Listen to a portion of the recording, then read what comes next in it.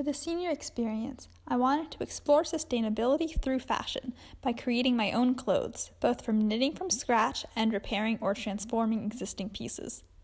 I ended up creating a top, skirt, and several face masks.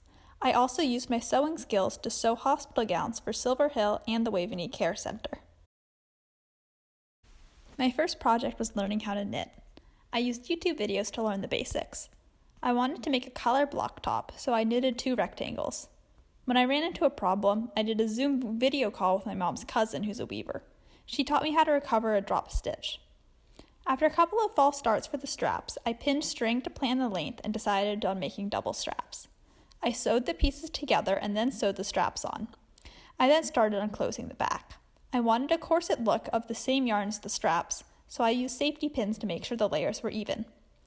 The top overall ended up asymmetrical, but I think that makes it look more interesting. For the skirt, I used 2 small pair of low-rise jeans and scrap fabric from pajama pants that were falling apart. I cut the pants open and sewed in 2 triangles of the pajama fabric. I did the front first, and the top was really uneven, so I had to take it out and resew it. It still isn't perfect, but when I did the back, I was able to do it much better. I then hemmed it to make it look final. I made face masks using old sheets, pillowcases, and dish towels. I used a pattern from the New York Times, but I had to edit it to better fit my face shape. I cut out the double layers at once so that both layers were the same size.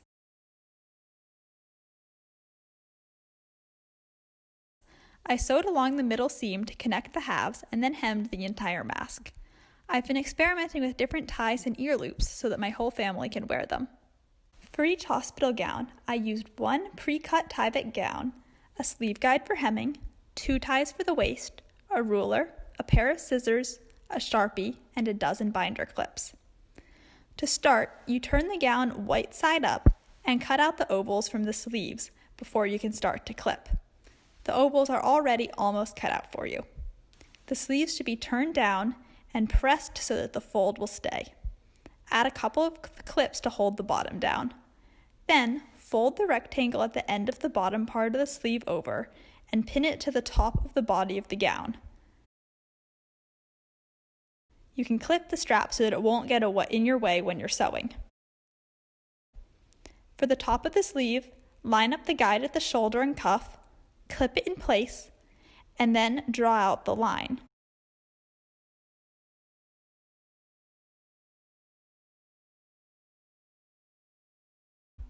Take the guide out and repeat for the second arm. Make a mark on both sides of the back of the gown 7 inches down. This is where the waist ties will be sewn. To sew, I used an industrial strength thread and needle so that they wouldn't break on the Tyvek material.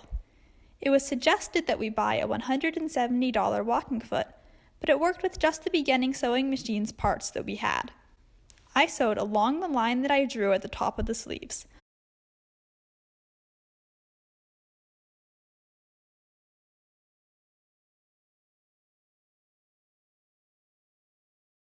On the second sleeve, the bobbin ran out of thread, so it started just making holes.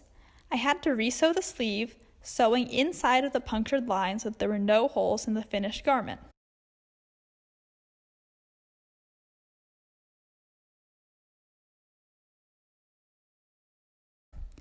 Sewing the bottom of the sleeves is trickier because of the armpit curves.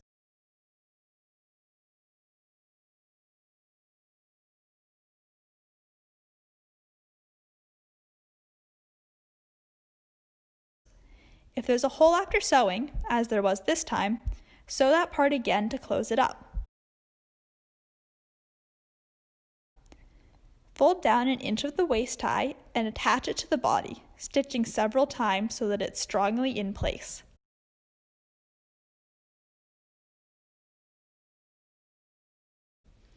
When you're done, trim down all of the threads at the end of your sewing lines. To turn it inside out, reach into the arm and pull it out. It feels like you'll rip it, but the material is really strong. Then fold it for easy transportation.